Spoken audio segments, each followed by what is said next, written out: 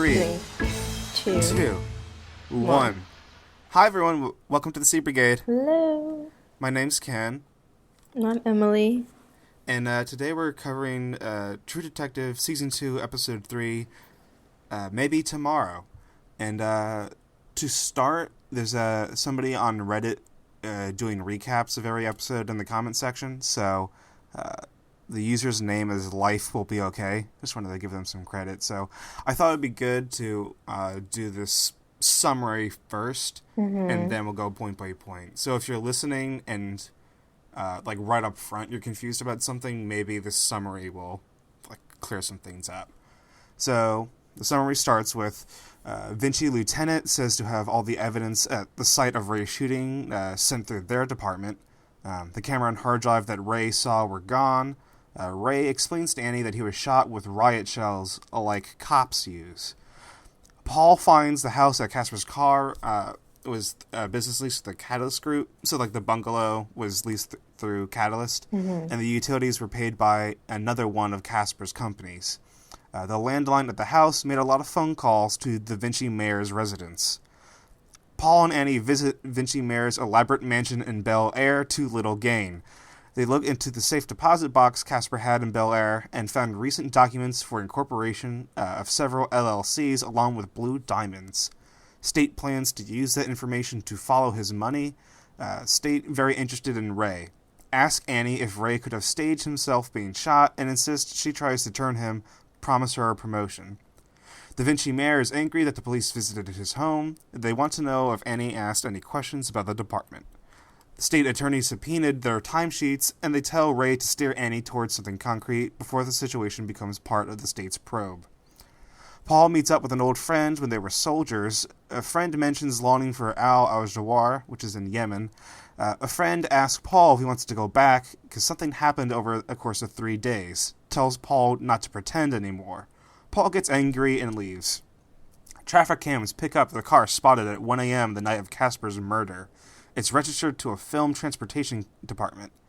The film company reported the car stolen. Casper arranged the company's tax incentives. The director of the movie is filming in Vinci, partied with Casper with lots of women. The girl who works for the city manager's office, the girl who works for Casper, is there to collect copies of tax agreements. Ray's ex-wife tells the state cops, ask her questions regarding his corruption. And while questioning the driver at the film company who quit, Ray and Annie hear an explosion and find the stolen car they were looking for on fire around the corner. They chase the assailant, but he gets away. And Frank's growing ever more aggressive and mob boss-like. He extorts construction boss for money. Osip does not want to continue his deal. Frank beats up a guy at the club and then won't do anything with Jordan at the end of the night. So it's a not so quick recap, but I'm glad to have just read through all of that, because I think something I'm finding in other True Detective podcasters is that these are dense episodes. Yeah, I find that I missed like most of that stuff.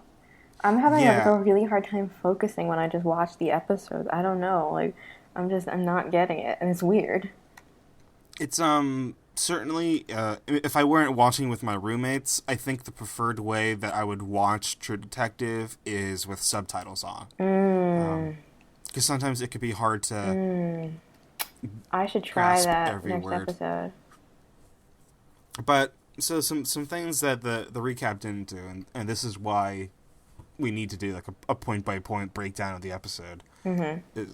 Is like the way this episode opens with this. It's hard to avoid calling it like in the style of Twin Peaks or David Lynch, because that bar was already kind of like a David Lynch thing, because like there's always the same person sitting there. But now that this bar exists in a dream state where like a Conway Twitty impersonator, like just bathed in blue light, is singing all like these classical tunes while Ray is speaking to like a hallucination of his father, is just it's very reminiscent of the way, like, if you ever go and watch Twin Peaks, like some weird stuff happens to this agent Dale Cooper, and particularly at the end of season 1 and the beginning of season 2, like there are parallels here. So, but I don't know when you. I think when the episode opened, I think you just texted me saying like, "Oh, this is weird." Yeah, I guess I just like, what the hell is happening or something, because it was so weird. I mean, it wasn't like bad. I was just like, what is going on? I had the biggest like Cheshire grin, and I make that reference having never watched Alice in Wonderland, but I was just sitting back, kind of like crossing my fingers, like, yes, give me the weirdness. I was just kind of like really puzzled. I was just like, what? Yeah, so like and like he's talking to his father. I think they make it kind of clear. I think the father might be wearing like a police badge or something. So like, even then we know that his dad was a cop. But then his dad gives this really great like prophecy. Like, I see you running through the trees. You're small. The trees are like giants. Men are chasing you. I'm right there, and you step out of the trees. Oh, son, they kill you. They shoot you to pieces. And I'm not, I don't know if prophecies come true on True Detective, but I can see Ray actually getting shot and dying somewhere down the line. Yeah. So, yeah, I don't know. I was like kind of just really impressed with that. And then like Ray looks down at his chest and sees. Yeah, that was cool. He sees the wound that I'm sure he thinks he has. Because, like, even if you're shot with like rubber, like buckshot or whatever, I'm sure when he passes out, he's thinking, "Oh, I'm dying." Like he might not have. He might not even have been conscious of the fact that he wasn't shot with like bullets or something like that. Like, I don't know. So when Ray comes to, like, he takes a gasp of air, realizes he's alive, and then he quickly goes like, I pissed myself. Did you find that like a moment of like levity, kind of just like comic relief, or? I think it was like supposed to be. I don't know. I just don't like him, so nothing he says is funny to me. So like me and Tom were like kind of cracking up about that, because like there's something about Ray that it's funny that he's not even that happy to be alive. Like he's quickly embarrassed by the fact that he pissed himself when he was passed out. I don't know. I think some of this is redeemed, the like being angry about the shooting being a fake out, I guess. I guess. Because everything that comes after is pretty tight. Like Annie comes around and she's seriously not happy with Ray. And though I think things between them are like kind of patched up by the end of that. Yeah. And I really like the banter that goes on here, where she's like, "Christ, it smells like piss," and then when she's like walking away from him, he just says, "So I'll go ahead and take the day off, Cena." That was funny. Like I laughed. Yeah. Yeah, it's like I think the two of them, because we see how Paul and Annie work together, and while I'm excited to see them work together, I feel like Ray and Annie have the best banter so far. Yeah. And yeah, I kind of like the way they work together, but we'll see. So the next scene is one I know you particularly didn't like, but Frey can't get it up at the fertility clinic. Oh. And one of the things that's like bothering him is like his doctor said he's fine, so he blames Jordan, but then Jordan just throws it right back in his face, like, you can't get it up, and like your attitude is so wishy-washy, I'm not your incubator, and then she just leaves. And no, while you don't like it, I think what I like about it is that Jordan won't let herself feel bad about this. I mean, yeah, I agree, but I also think that it was like a really unnecessary scene, like, why do I care about Ray's fertility, or what's his name, Frank's fertility issues when there's like a murder to be solved, you know? Like I just don't care about it. There's that, and like it's the number of not the number of like penises not working in this season. Yeah, it's just weird. It's really weird. And you said Pizzolatto was like he was going to take this in a more Oedipus direction or something like that.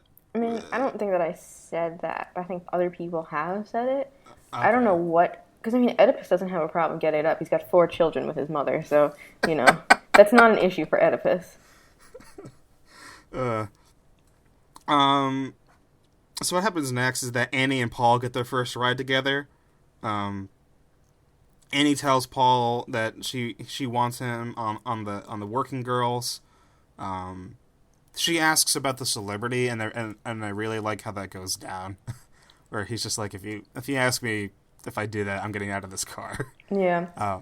And did you believe that she really wasn't asking whether or not he did it? She really was concerned about how it would affect his work? I don't know. I think that she's, like, more curious than she lets on, you know. Like, I think it's just, I think it was, like, a cover. I think she was actually curious. Mm-hmm. Also, I just keep forgetting that his name is Paul and not Taylor. Yeah, you keep calling him Taylor in your texts. I keep forgetting. Like, he doesn't look like a Paul to me, like, at all. Like, okay, what's his name? Looks like Colin Farrell looks like a Ray. Rachel McAdams looks like an Annie. Vince Vaughn could be a Frank. You know, Taylor Kitsch is not going to be a Paul. Like, you know, like 35-year-old men are named Paul. Like, it's not. He could be a Kevin. Kevin? No. Yeah. No. He looks like a Taylor. I don't know. Okay. But, like, I don't know. So, like, I think this could have been Annie just trying to read the temperature on this guy. Because, like, she's worked with Ray. Maybe she hasn't worked so close with Paul yet. So, like, if I ask him about the celebrity stuff, how's he going to react? If he gloats about it, then if he did it. If he's defensive, he probably didn't. And I think this is important to her because, like, if she's working with the type of person who would try to pull over a woman and solicit sexual favors, she's not going to want to work too closely with this guy. That's true. I don't know. I feel like, again, we don't really know anything about Paul yet, which is like, I mean, okay, we find out a bit in this episode, but I think that's still kind of like a problem, you know? We're almost halfway through the series, and one of our 4 leads, we really still know nothing about.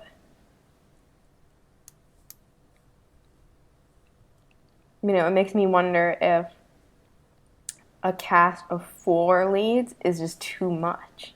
Because I feel like in a lot of ways, I mean, it's like Frank is obviously whatever, you know. Annie is a very developed character. But then I feel like Ray and Paul are kind of like in the middle somewhere. And so it feels like maybe somewhere along the line those two like should have been combined into something. I think the triad is Frank, Ray, and Annie. I think Paul is definitely the one left out. Yeah, he doesn't seem to fit in yet. And I think I find when I talk with my roommates, because now 2 out of the 3 of my roommates are watching True Detective. Mm-hmm. And you get you can tell they're excited by the things Frank does. They find Colin Farrell's activities funny, and I believe they both like Annie. It's just they've never been like, yeah, that Paul guy. And it is because he is so closeted emotionally. Like, even with his higher ups, he's like all like he shows no interest in the promotion. He just wants to keep riding motorcycles. Yeah, it's just, I mean, maybe, like, next week it'll all come together and click, and it'll be great.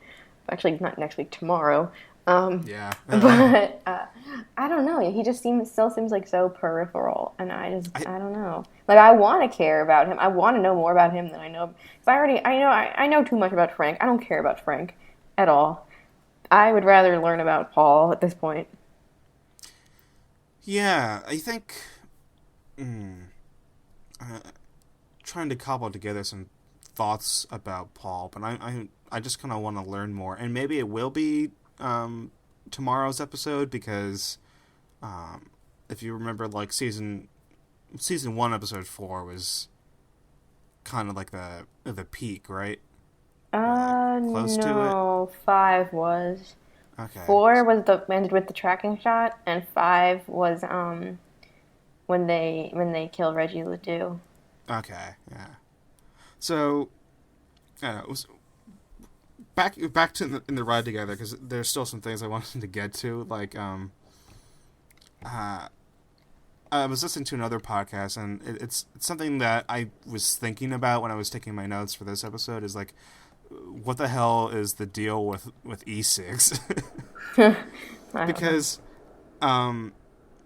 like, Paul is so rude about it. Like, is that a fucking e-cig? Like, we saw Paul smoking cigarettes before, so, like, the stick up his ass can't be about, like, smoking in general.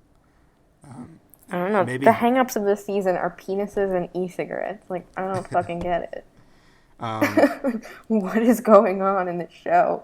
Yeah, I think, I don't know. Maybe it's telling that Annie does not give a shit what these, like, guys in her car are saying. Like, she's just gonna keep smoking an e-cig instead of, like, caring about the opinions of others. I don't know. So Frank and Ray next, they meet up in the bar where everything happens. I wish that bar had a name. It'd be nice to have a name by now. Yeah.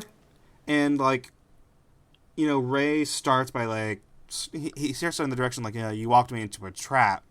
But then we kind of skip the part where Ray explains what happened. And I kind of wish I had heard that, because I want to know Frank's reaction to things like, there was bondage gear, there was a pool of blood, then it got shot by a Birdman. Like, those are all things that I wish I could have seen Ray explain. But instead, we skip that, and we cut to Frank just being like, wow, that's some bad luck. Something I did like, and I think it reflects something you keep saying about the show, or the mystery at least, was that Ray says something along the line, like, there's no telling which side the axe came from, like the axe that killed Ben Casper, because his house was a fucked up psychology before it was a crime scene.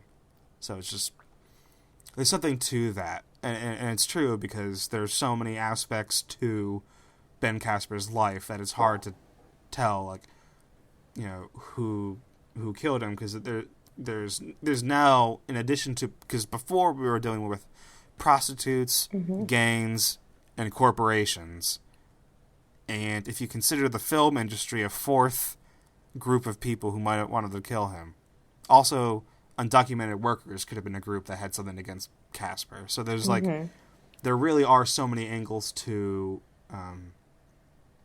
what goes on, I guess. Also, I know, and I want to know what you think, but Ray was drinking water in the episode. Yeah. And he says it's because he wants to stay angry and that booze would take the edge off. But I do wonder if, like, the predictions about, okay, now that Ray has had a near-death experience, he's going to clean up.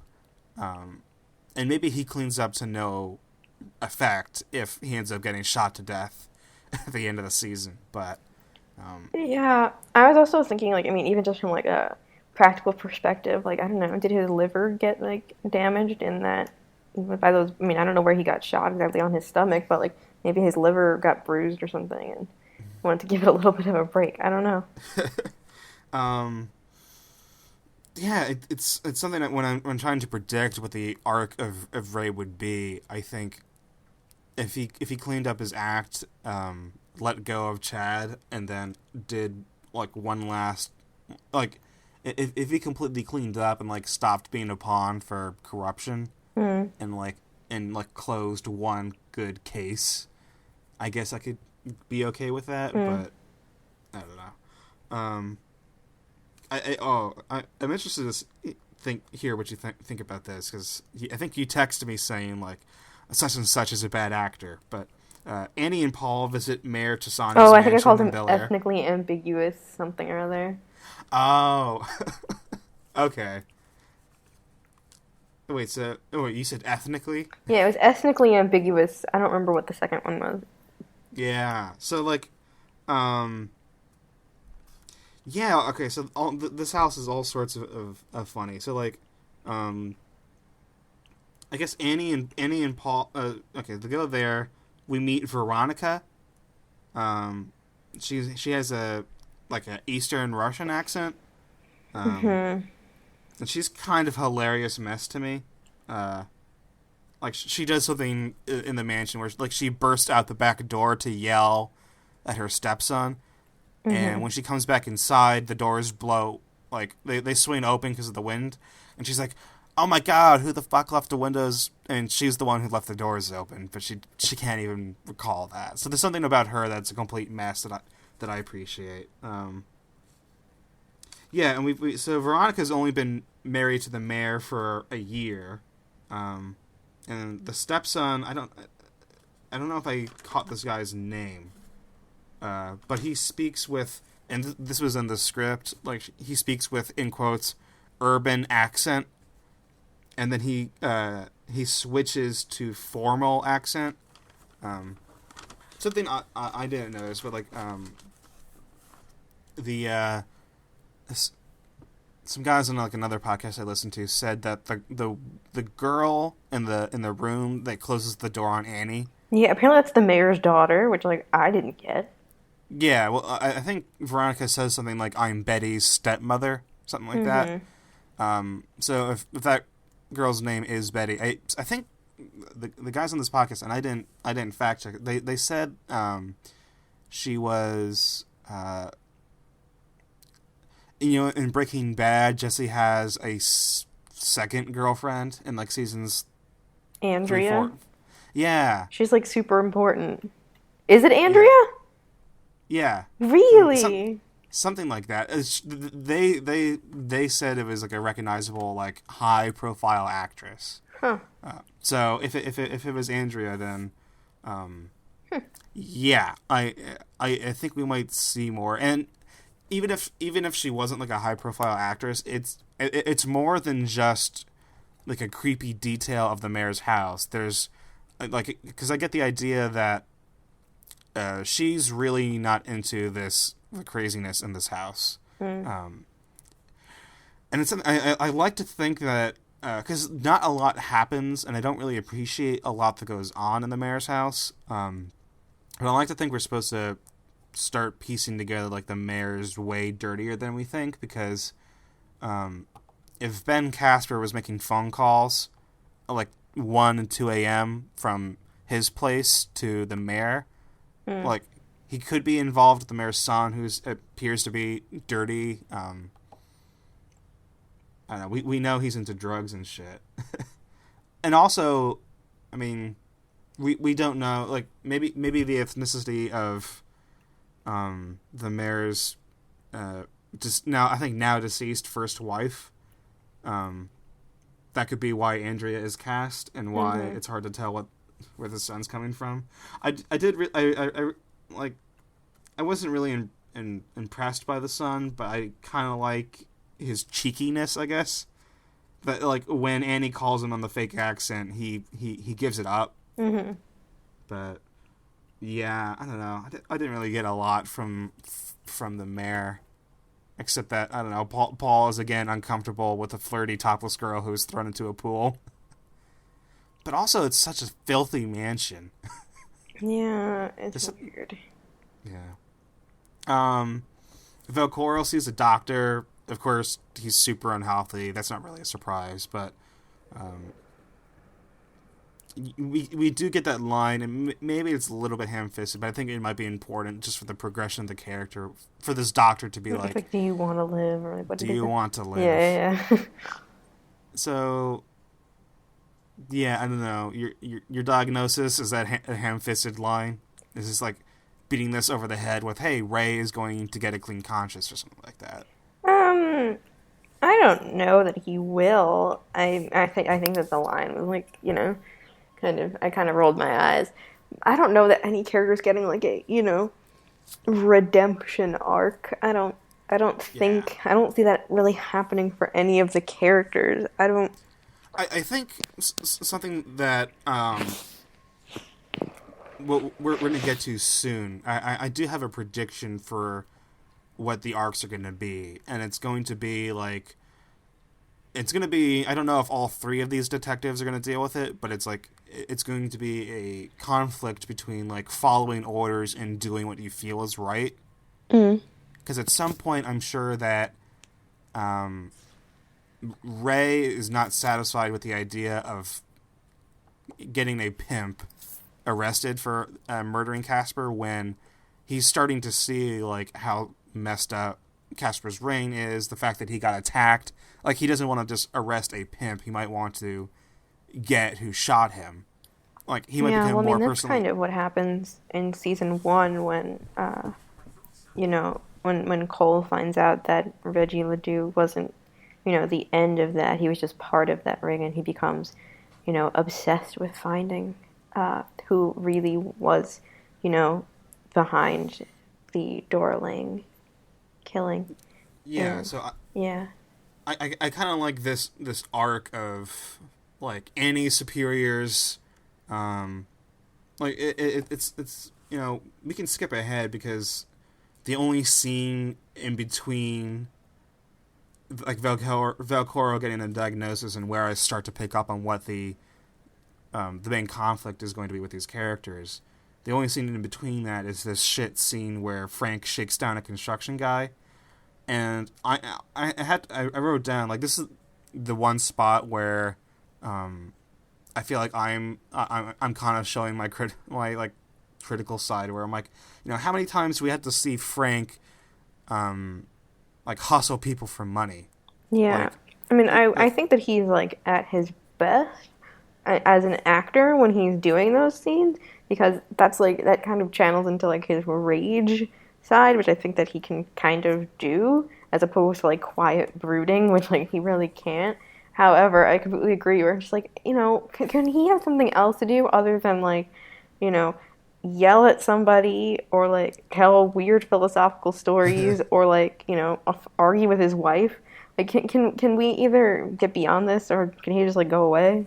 So like I do like what comes later when he beats up Santos, but we'll get to that later. But this one just felt like a bit much, because like, and the scene last week was great when he beat up the guy who's supposed to be doing the books, but this was just a little bit like, I didn't need to see him shake down a construction guy for 25% a month or anything like that. Yeah, I don't know. Again, I think my problem is just that I have no idea what's going on when I watch this show. In an ideal world, I would probably need to watch this twice to really get it, but I don't find myself wanting to watch it again after I've watched it the first time and been frustrated by it. Maybe I'll try watching it with the subtitles, but like, I miss so much of everything. I don't know why they're beating these people up. I totally missed the part with like the movie director, which is like totally supposed to be the Cary Fukunaga, like, I wanna talk about that too, because I don't really see that, but I don't know. So, Paul, is it Paul and Annie at this point? I think it's Paul and Annie going through like Casper's like PO box, or a bank. I guess it's a bank, like security, but whatever. But like, there's like letters of incorporation. That's not so interesting to me. The blue diamonds are. Like, because that just seems like a weird, like, MacGuffin type thing. Like, what do the diamonds mean? Yeah. They're probably just diamonds. Yeah, or, like, some kind of form of, I think they might be some kind of form of, like, it's a non-literature contract. Like, take these diamonds, you know what they mean. Or, some kind of underground currency. Like, if anyone who's listening has ever seen John Wick, there's kind of this currency of gold coins that only people, like, in the criminal world could use. So maybe these blue diamonds have some kind of value like that. But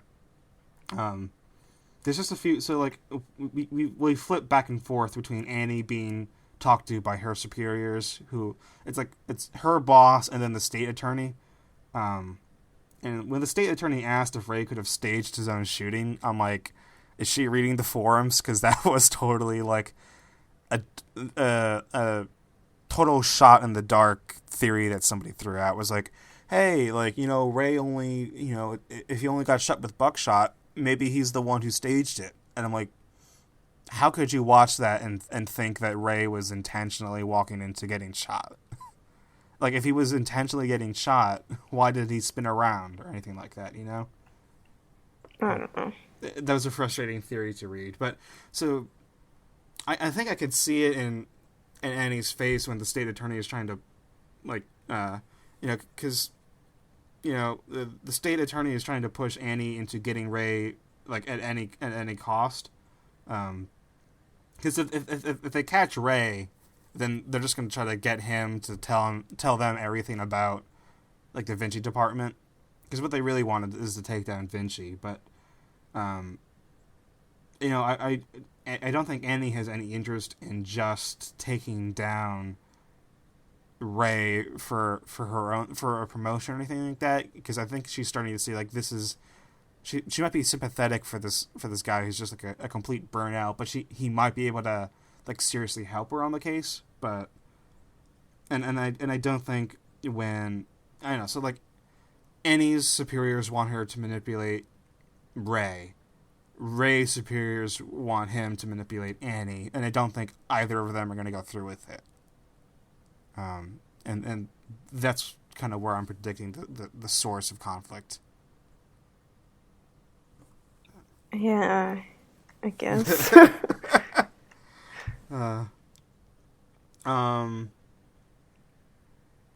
you have any thoughts about Annie running to Steve from episode 1? No, because I don't know who Steve is. Who's Steve? The guy she... Oh, yeah, that was weird. Right? Yeah, I didn't get that. He's just super douchey. I also didn't get that was Steve from episode 1. Yeah, Steve from episode 1. Yeah. She broke up with him super politely, and Steve just acts like a total dick. Like... Yeah. And Annie has to make a physical threat just to get him to leave. Yeah. Not about that. I don't know. This was another scene of, like, for me and Tom at least, like, another scene of levity where, like, as this total, asshole is just walking away, Elvis just says "mama's boy," which is just, like, a total... it is a total meaningless, like, insult, but it totally just gets him riled up.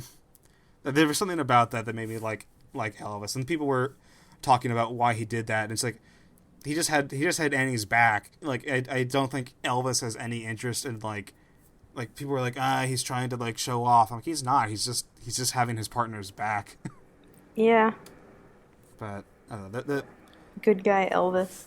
Yeah, I liked all those interactions where it's like Annie was, like, straight faced the entire, if anyone could break up like that in real life, they deserve, like, a medal, because that is just professional as shit.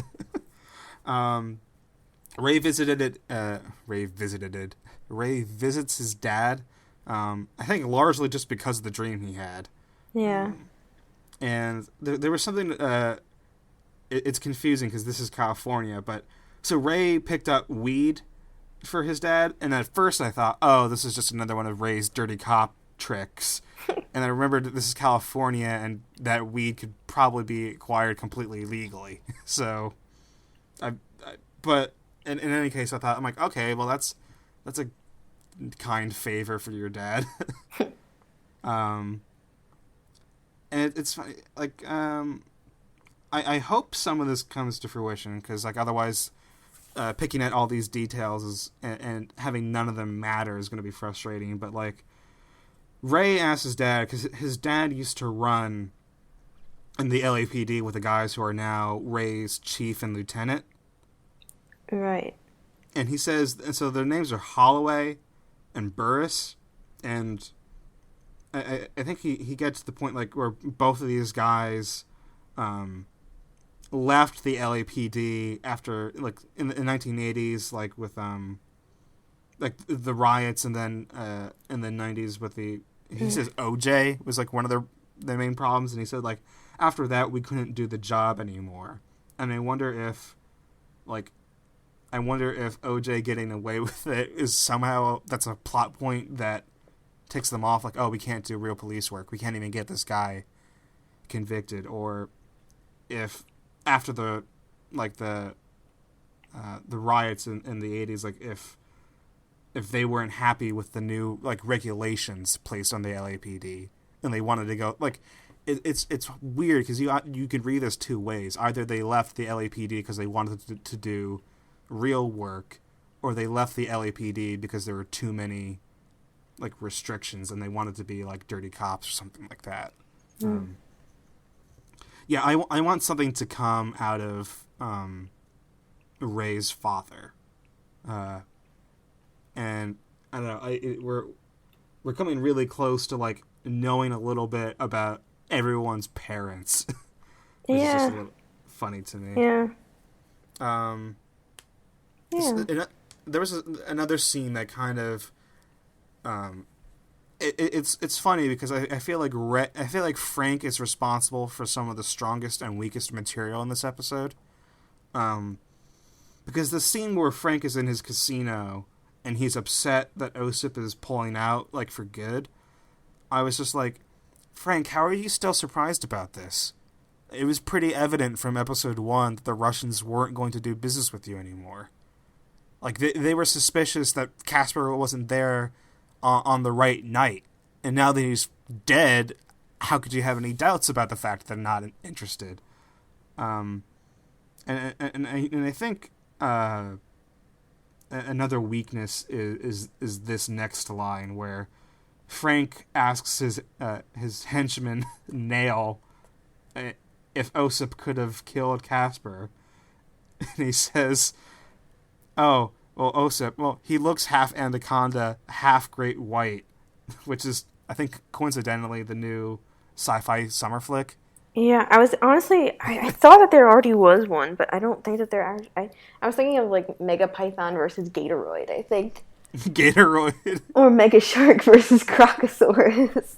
So it's like, it's funny because I think one of the things that are, it's either done poorly or done very intentionally. If it's done intentionally, I hope it comes to fruition, where it's like, Frank's henchmen, on the whole, tend to be scarier than Osip, like this Russian guy, to the point where, like, people online suspect Nail and Blake of all sorts of heinous crimes, you know? And I don't see anybody theorizing that Osip had anything to do with the murder. So I'm not even sure it could be said that Osip is a red herring, because I don't think anyone's taking the bait. Like, I think maybe we're supposed to understand that Frank is completely off track, and he's not going to figure out anything. He's not going to figure out any good information the way he's going about things. But yeah. So next, Paul is hanging out with a guy from Black Mountain.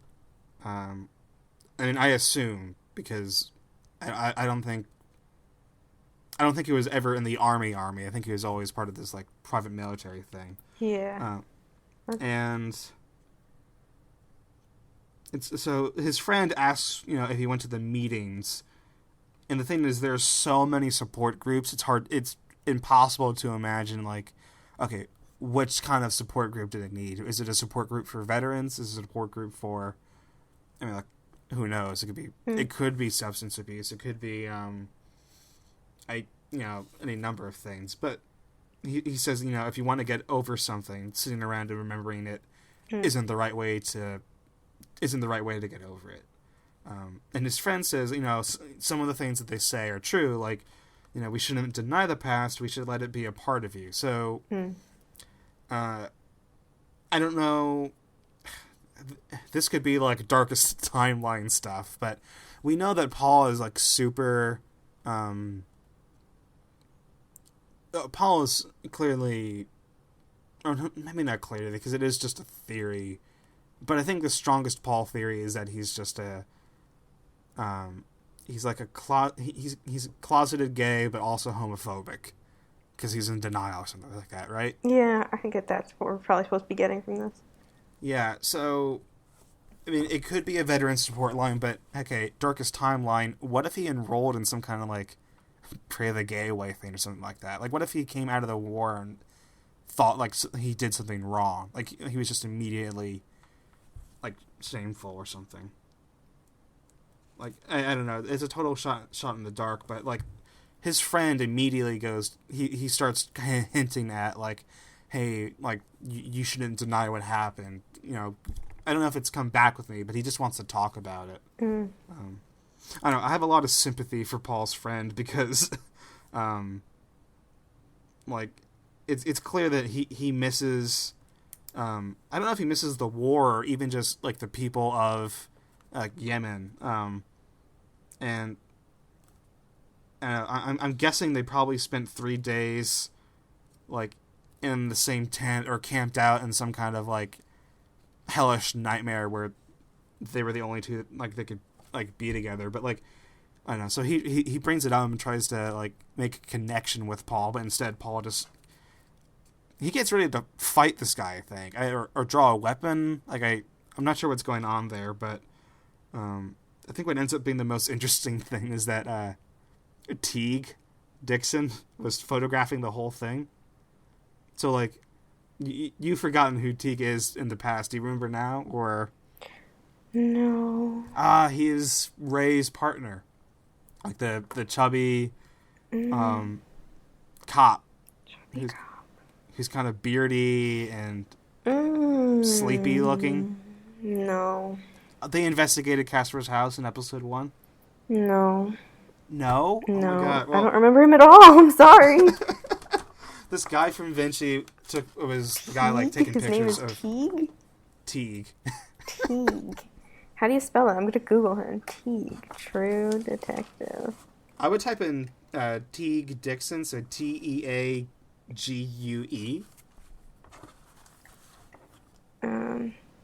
I think it basically comes down to Vinci wants to get dirt on Paul, so maybe they can manipulate him. Oh, okay. Yeah. Yeah. I just watched the first episode of The Wire yesterday, so Yeah. I was not... there's a guy who looks like just like him on The Wire, like chubby, older cop. Mm-hmm.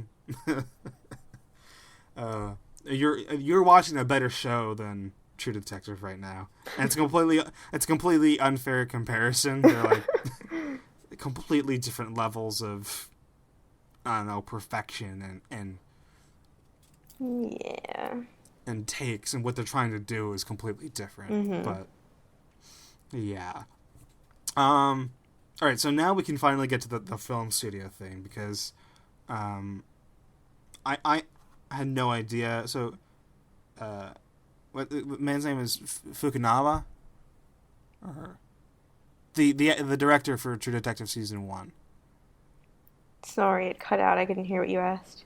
Oh, the director for True Detective season 1. Yeah. What about him? What's his name? Cary Fukunaga?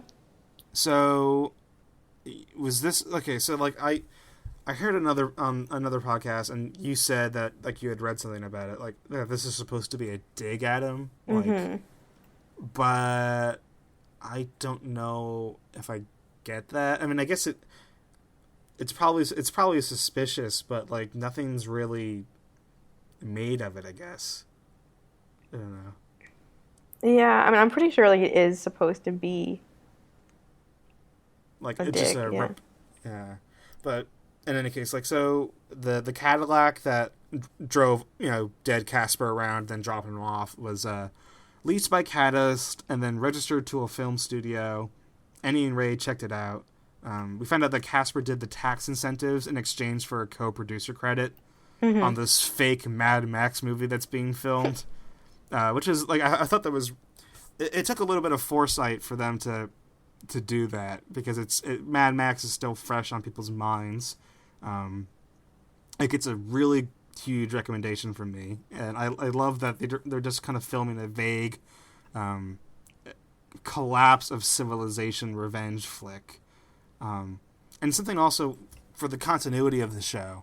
They're getting their dates right, because they say that the Cadillac went missing on a Monday morning, and Casper was killed, I believe, on the 26th of October.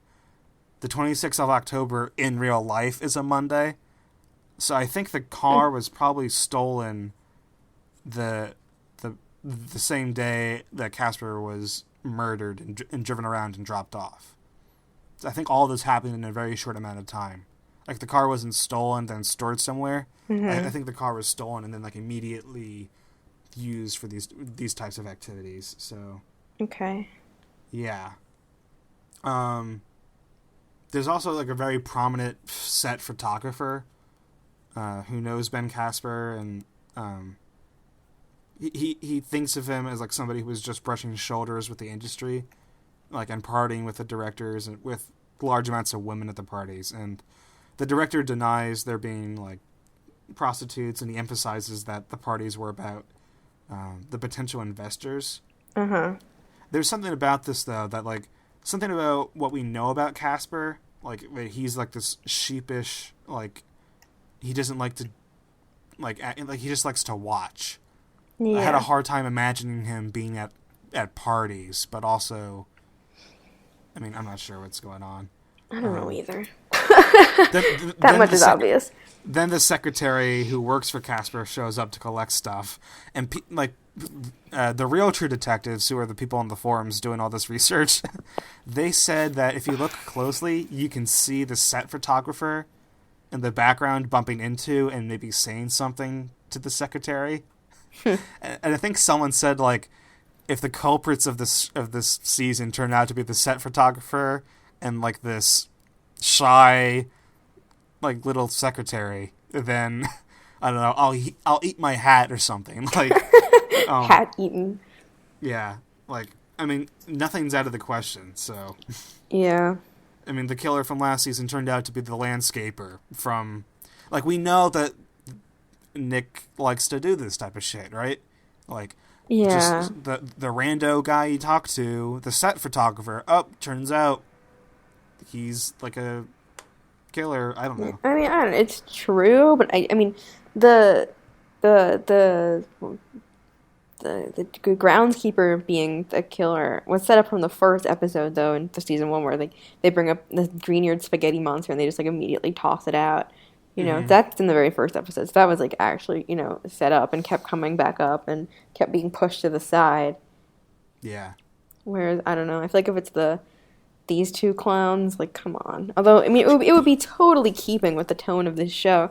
Because, like, nothing really seems to make sense. And I don't know. Can I throw something out there? Of course. So, like, interruption for everyone who is trying to listen for season 2 bits, but something that always bothered me in season 1 about the green-eared spaghetti monster. Oh, the paint on the ears? Was the paint on the ears, because yeah, that was a little silly. Well, because Errol was a landscaper, and I thought it would have made perfect sense if he had, like, green headphones, earmuffs on. Yeah. Because, like, that's the type of shit you do. Like, if you're weed whacking, or, like, yeah, if you're operating loud, heavy machinery, you would wear, like, sound dampening green, like, headphones. And I thought that would be perfect for a green-eared spaghetti monster, like a little kid who just sees these green earhead, but it's just paint. Yeah, no, that was always one of, like, the lamer points of season. Like, it was a great, you know, plot twist that that was him and whatever. But yeah, the way that the green ears came about, that was a little silly. Anyways,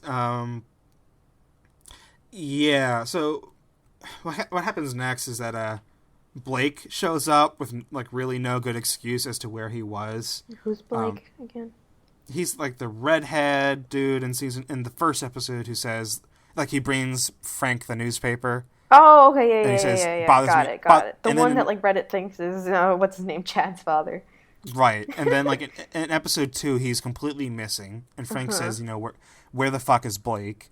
And then in the third episode, he shows up with no good excuse. He says, oh, my phone died. And this was a pretty alright line, but I didn't hear it the first time. I needed to read the script. But, like, when Blake shows up, having been missing for a few days, Frank is like, where the fuck, you know, where were you? And Blake says, like, oh, my phone died. And he says, your phone died? Am I a fucking teenage girl? Like, there was something about that I like, that your phone dying is not a good excuse for being missing from work. But, Yeah, I mean, maybe Blake is just shaken up because he knows what Yeah. happens to Stan, who is another one of Frank's henchmen, who was found tortured in a similar manner to Casper. Like Yeah. his eyes are burned out. Yeah. And I loved the internet's reaction to this because they were just like, "Oh no, Stan! Stan's dead. Poor Stan." Like there was this kind of trend of like overreacting to Stan's death. Like, Yeah, oh, I have no idea Stan's who the fuck Stan is. yeah, but like the internet was just like they're just like, oh man, like Stan's dead. Like, how am I supposed to watch the show anymore? They killed off my favorite character. Um, and it's funny because like I mean Frank actually gives a shit, and I think that's why the scene's a little bit funny because this guy we've almost never like. It's hard to remember who he is, but he was one of the guys who was macing the guy in like episode 2. And it's like in the it's so like Frank's reaction is just like, oh, who would want to kill Stan? Like he's just so like angry and like bothered about it. I think he is actually like bothered by the idea that someone would torture one of his henchmen like that. Yeah, nobody tortures my henchmen but me. Yeah. And then so Paul is working the hookers, and he can't find any that knows or wants to talk about Ben until, you know, with Paul's luck, he finds a male prostitute. Hooray! Who tells him that Ben goes to a club called Lux Infinitum, which turns out to be the club that Santos, who is like one of Frank's old friends, runs. And he describes it as like a circuit where like European prostitutes flow through. And we already know that is kind of up Casper's alley. Mm-hmm. And he describes it like, yeah, it's a party place, but also like lots of suits. So it's like a high-end place.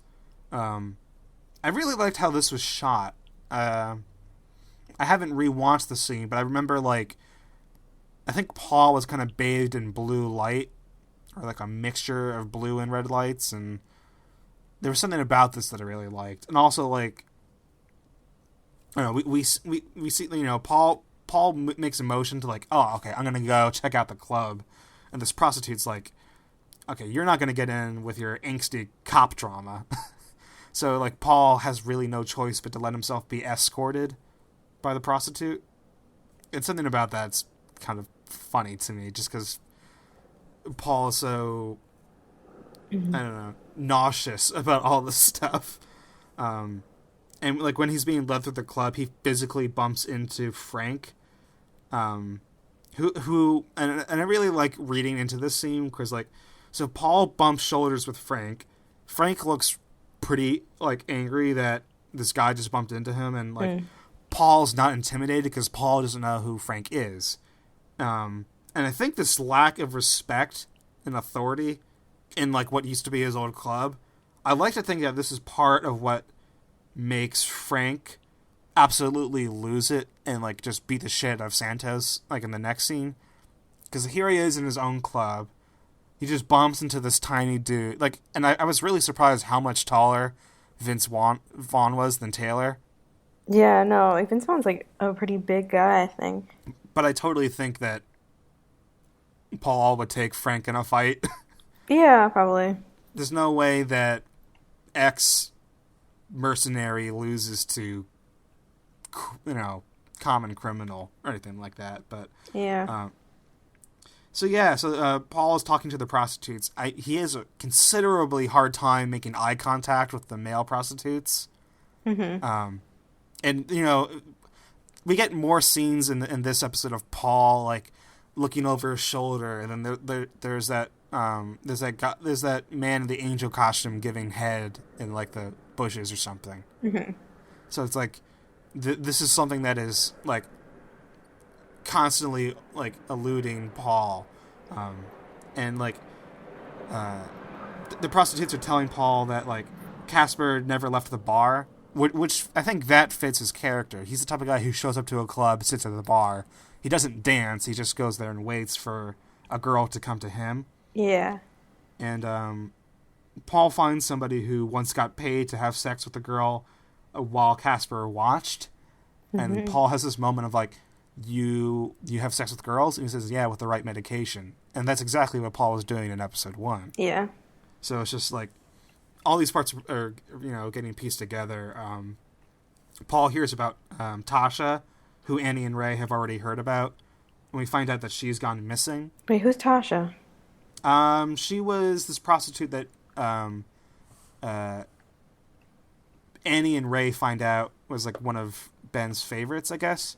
Okay. Because when they're pressing the mayor for information in episode 2, they're like, okay, you were at a party with Ben. Was Ben with anyone?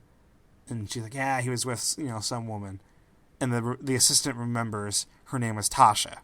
Okay, I forgot about that. Yeah, so these pieces are like fitting together, and it's maybe a disturbing idea that Tasha has gone missing. Mm-hmm. How many other prostitutes was Ben with that went missing? Mm-hmm. Because everyone there assumes like Tasha maybe just left town or found a sugar daddy. Because if there's no body, then no one's going to suspect the worst case scenario. They're expecting like the best case scenario, like they got out of the business or they found someone to bankroll them indefinitely. Mm-hmm. So I don't know. I don't know. I really liked just seeing Paul in this thing because like he's just knocking back drinks. Then like I think the last we see of him, he orders a double. And there's some people suspecting, and I don't know if it's actually going to happen because I think it's a little bit out of his character. I think there's some people who are hoping that the next episode opens with like Paul waking up next to one of these male prostitutes. But I think that's a long shot. But I don't know. Annie and Ray investigate the film studio transportation guy. So I think all his job was like driving, like maybe driving extras around or people, but he was just a driver, and he quit because he got like a lumbar problem, and he actually seems like legitimately, like I think we can erase him from the board of suspects. But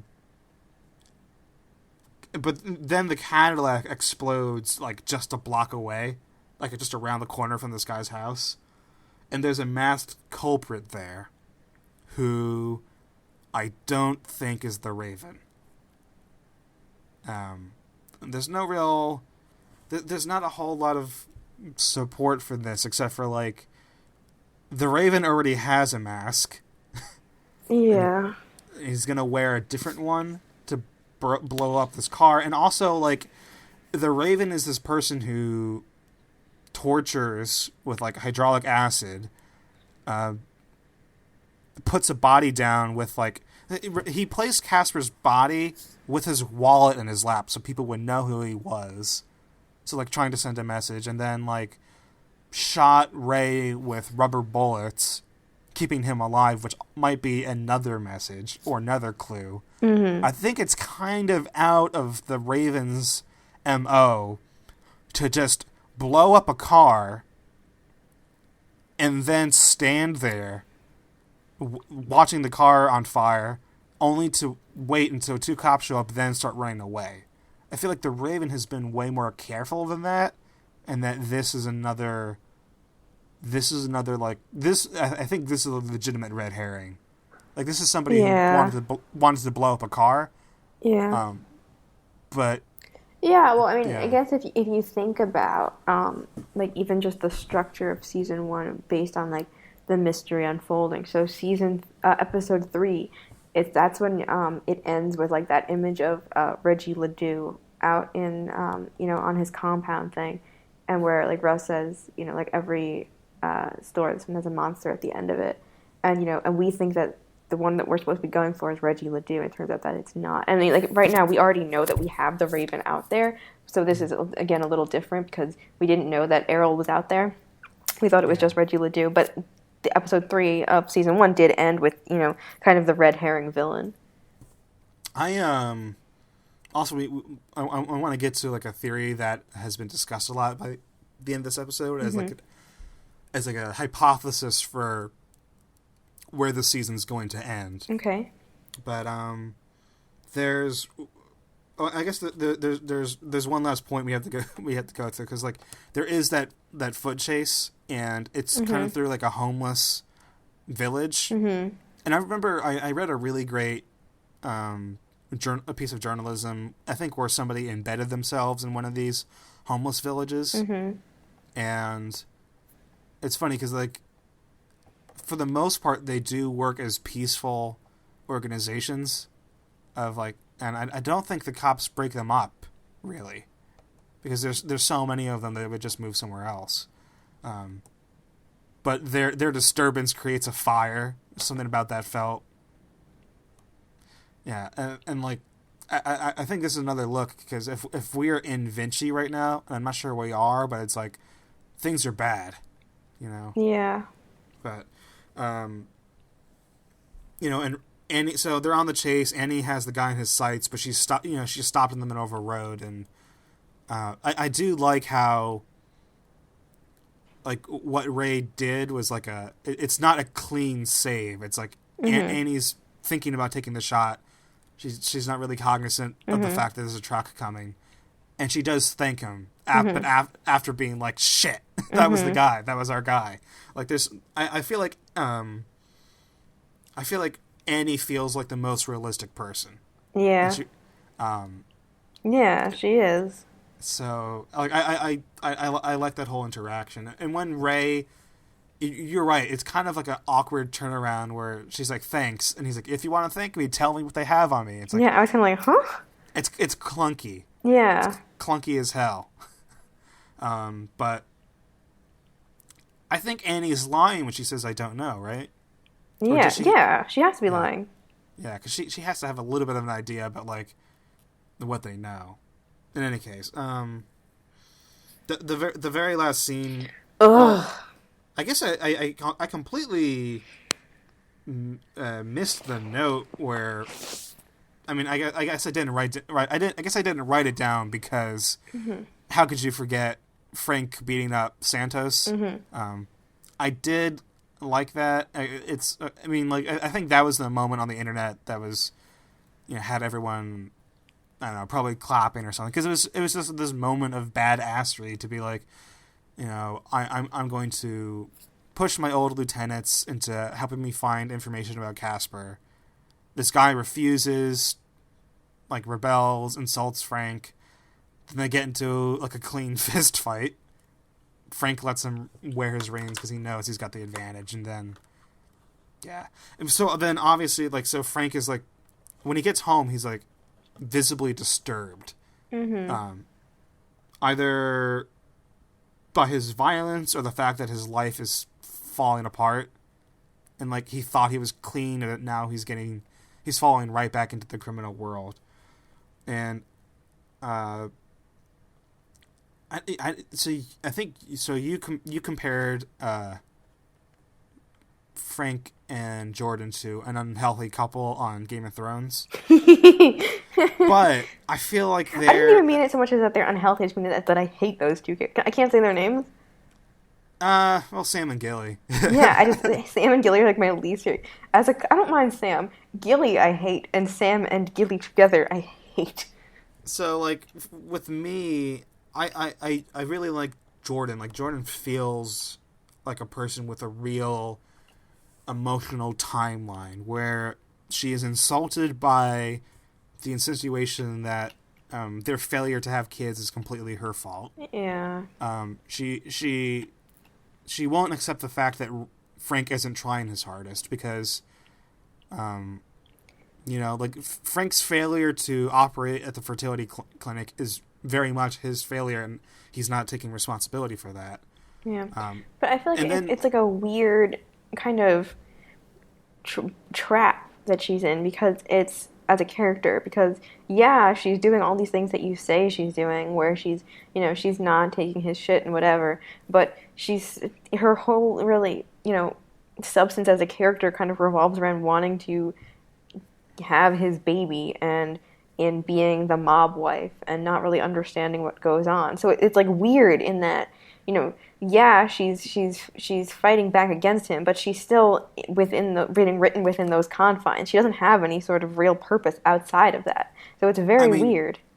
Maybe she doesn't have any purpose yet, but there are some points like I mentioned this in the first episode. I liked how Jordan, like when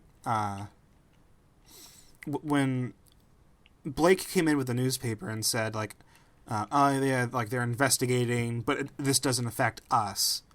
They're not investigating our scandals. Jordan was the one who told Blake like, it affects one of us, it affects all of us. We all get touched by this. And in episode 2, she mentions like, I worked as hard as you, and I know that being rich is better than the opposite. I think that, and in this episode we see that while she's still angry at Frank, like she's at the casino and she's, she has a short word with Osip. And I really do think that there's something more to Jordan. Like, I think she has probably worked in crime maybe as much as Frank has. I mean, maybe, but again, in a show that's just so bloated with characters that really should have been pared down, I find myself really just struggling to care about her when I don't know, when I want to know more about people like Paul and Annie, and I'd either rather know more about Ray. I really don't care about Frank and his wife at all.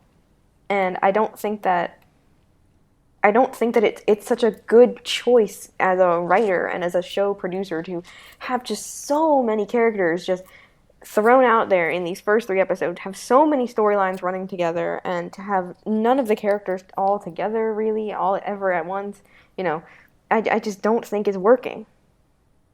I think it's too much to take in all at once. Maybe it's meant to be watched in succession and not with weak gaps in between, because I mean, I forget most stuff immediately after I watch it, which, is part of my own failing. Am I really, I'm not like staring intently at the screen because I'm just not interested.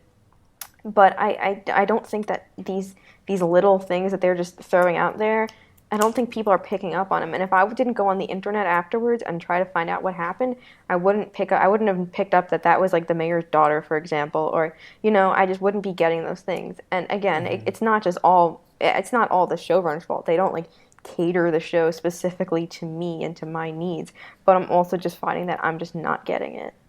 And you're totally not alone though, because I've never seen this happen on a show subreddit before, but in the True Detective subreddit, there's not just the pre-episode discussion thread, the episode discussion thread, and the post-discussion thread. There's a whole questions thing. Yeah. Like, ask your questions here and we'll explain it. And, like, I've seen more confusion in this than anything else. Like, Game of Thrones, Mr. Robot, Steven Universe, all the shows I'm watching right now, they're all theory heavy, and there's a lot of guesswork, but there's more confusion in this than anything, and there are I think valid criticisms and complaints about like the writing in this episode, where like I think one of the running jokes was that if you look on Google, Google searches for apoplectic or apoplectic, like apoplectic. That word was used by Ray and Frank, and no one knew what the fuck it meant. And like the Google searches for the definition of that word spiked. They could have said "fucking angry." Yeah. Like, hey, I'm feeling angry. Yeah. It's just instead, it's just like, what was that? And like, I don't know. So I should say the other True Detective podcast the only True Detective podcast I'm listening to is Bald Moves, and one of the guys is seriously not happy about the way people are talking, and I understand that because like, in the first season, I feel like in the first season only Rust is occasionally hard to understand. And like you'd never tell Marty to say apoplectic, like he's just not gonna say it. Yeah, like you had a character who was like oddly Shakespearean and saying some messed up crazy stuff. Yeah. And there's too many of those going on, and and I feel like there's some things like, why is Frank's henchman saying like this man is half great white and half anaconda? It's like, where did you find these people, Frank? Where did you find all of these Rust Coleites to be your henchmen? Like, where did you find them? Did all of your henchmen come out of Berkeley? Like, it's just like really fucking annoying. So weird. So. Yeah, it's refreshing that, because Paul and Annie, and most of the time Ray, they speak like human beings. Yeah, I really like Annie as a character, like, honestly, and, without any reservations. I really like her. I feel like the show around her is just like, not worthy of that character. Like, it's really lame. It's funny. I hope, because obviously, like, we've talked about this before, but like, obviously I'm enjoying the show like more than you, but I don't fail to see its weaknesses. And I think part of what drives me week to week is like, okay, that was better than last week, and all I hope is that I hope that things get better and better to the point when the finale comes, I look at the episodes behind me and go, oh wow, the things I was bothered by and I thought were pointless turned out to like be steering me on the path the entire time and preparing me for what's to come, maybe. Oh yeah, I agree. I mean, I don't doubt that the episodes have been getting better every week. I just don't think that they're good enough yet. Because I really, like, I mean, I don't know. I guess some people liked the first episode. I thought it was really bad. And then last week's was like, okay. This week's was also okay. I hope that next week's is, finally good. Yeah. And now we're also going to be entering so all of those early reviews that came out were the first 3 episodes. So now we're entering the non-screener territory. So like, critics have no idea what's coming. Yeah. So the first 3 episodes got mediocre reviews, which, but like, having seen all of them, completely agree. It's mediocre. And like, actually, I was, one of Brian's friends, my brother's friends, wrote a blog post about it that I was reading, and he, said that basically, True Detective season 1 was like just, fabulous television, which we all know, and it was an A show. But right now, it feels like season 2 is a B show that's trying to be an A show, and is, it really should just be that B show. Don't try to like have your, henchmen be saying apoplectic and like, whatever. Just accept yourself for what you are and for what the limitations are, and just make it entertaining television. If you can't, the lightning can't strike twice and be the I hesitate to say genius, but genius that season 1 was. Kind of just accept it for what it's going to be, and don't try to overstretch yourself, which it feels like it's just really stretching. I feel like the show maybe could have used a second writer, like it could use advisors, like some help. So this is a total shot in the dark, but there was a comic book series that I absolutely adore called Fatale, and it's written by, I will say, Ed Phillips, and actually, well, whoever, you can look it up. It's called Fatale, and it's an occult comic book series that deals, like, a lot of the characters in it are detectives, on some level, even if they're okay. But in any case, like, it takes place in Los Angeles for most of this thing, and for me, in my head, it was my model for like what I expected to happen in the show. Of course, this season got rid of the occult stuff, and it's taking a lot of inspiration from real life, which, yeah. So I guess this is a good point, because like we're just kind of starting to go long, and I need to remember that have a limited amount of bandwidth for. But I will say, there's a theory going around, and I haven't read into it too much. Like, I haven't done my research on what the real life inspirations may be. But have you ever heard of the Bohemian Grove? No. So I think it is a real thing, but I think there are lots of like theories about what it is. But I believe what it is like a commune type thing for like the rich and powerful in like in California, like north of like Los Angeles, in a great tall forest. And I believe there's actual evidence that like past presidents might have been in this type of club. But it's where when you have a gated private community with rich people, of course there's all sorts of conspiracy theories like about what goes on behind closed doors. Mm-hmm. And I think and I haven't taken down all the notes about where the show is hinting at, where it's going, but there's a really out of place shot of a forest in the True Detective opening. Because every shot in the opening is industrial park, highways, factories, toxicity, stuff like that. And then the last moments of the True Detective intro, there's like a black and white shot of a forest and a path leading through the forest.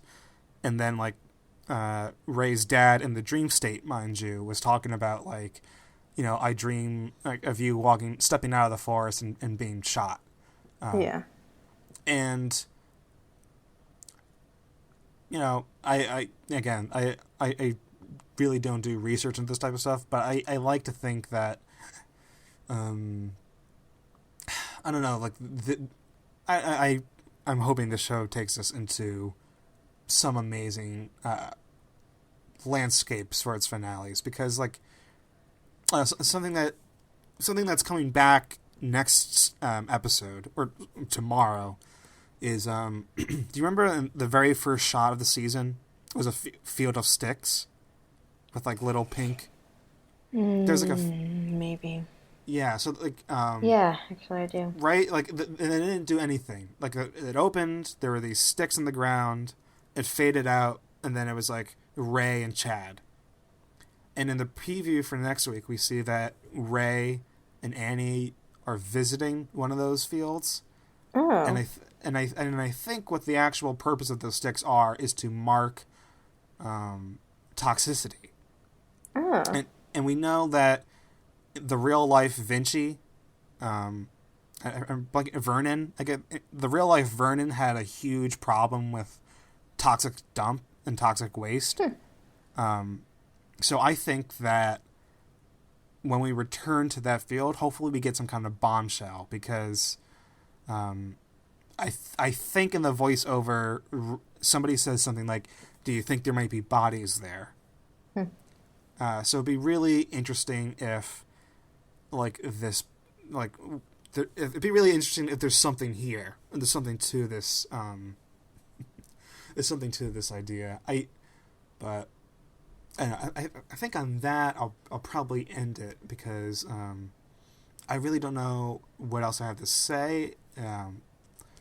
Kind of running long, and we're kind of getting into meta discussions about the show as a whole rather than like what happened, right? But yeah, though I do like these discussions, and they're important to have. Yeah. Because for people to have loved season 1 so much, and the hate about season 2 is not because it's not season 1. Yeah. If True Detective season 2 were the first season of True Detective, I don't think there would have been a second season of True Detective. Right. Or like the feelings would be different. Our feelings would be pretty much exactly the same, except we wouldn't have a past season to be disappointed by. I think we would just be confused and be like, yeah, well, I don't know if I'm going to tune in for the rest of this show. Yeah, basically. And certainly we wouldn't have thought to do a podcast about this show with Colin Farrell and Vince Vaughn and Rachel McAdams. Like, yeah, we would have been like, well, that looks, Yeah, So. I might have watched the pilot. Probably would have been like, no, thank you. And yeah. Hey, but you know what? Because you've seen it, I think, and I haven't. So, for our next podcast, Fargo. Yeah. Did you see the preview? Yes, I did. I mean, so there were a couple. I saw 2 of the 3 teasers. I mean, no, I saw all 3 of the teasers. There wasn't like anything major. It was just like nice. Okay. Yeah, I haven't seen any, so I was just kind of going to pick your brain about how you felt. But if there's nothing much to them, they're just teaser trailers. I mean, so. I think that they're worth watching because I think that they do. The first one's like literally kind of nothing. It's just like a bird chirping. Then the other 2 were like pretty interesting. The third one was interesting actually. Like I would recommend watching that one. The second one was like it showed that Fargo is still going to have that Fargo sense of humor, which is good. Okay. So yeah, I don't know. I'm really excited for that one. I think that I was always kind of wary of True Detective season 2 because I wasn't, sure how they're going to do it. But like Fargo, I mean, I don't know. Maybe I'm wrong to like place my trust in anything anymore because nothing is good with any of the pop culture things that I like. But I do have. I am choosing to have faith in Fargo. I'm really excited for that, honestly. Same. And I can't wait to do a Fargo recap because Yeah. I'm remembering right now some of my favorite moments from Fargo, and now's not the time to talk about them. Like but... I don't know, just like thinking about Fargo, I have like just the biggest. I just have the biggest smile on my face right now because I remember I watched like the first episode and I was like, yeah, this is really good. And in the weeks leading up to the finale, or the week leading up to the finale, I had been home and I wasn't really doing anything, and I just because my parents had been watching it, and I marathoned all of. I don't know how many episodes there were. But I marathoned all of them in the course of like, a day and then just a little bit on the second day. And it was just so good. It was just so good. I'm excited. This is, yeah. So, uh-oh. Okay, my computer froze up for a bit. Oh. I think that's a sign I'm going like a bit long on my hard drive. Okay. But, so, I'm really excited for Fargo. I hope our listeners follow us to our next show. Yes, please do. We're going to see True Detective to the end, of course. Of course. And, you can send all fan mail to cbrigadepodcast@gmail.com. Mm-hmm. And I want to thank you guys for listening. Yeah, thank you. Putting up with our super long pods. Yeah. But, until next week. All right. Well, actually, next week you'll be solo because I'll be on vacation. Right. Okay, that's a good... Yeah, so next week will be where I cut down on the length because I'm not talking to myself for... An hour and a half. I'll send you a listener email. Oh. Yeah, that could work. Yeah. Alrighty. All right. Bye, everyone. Bye.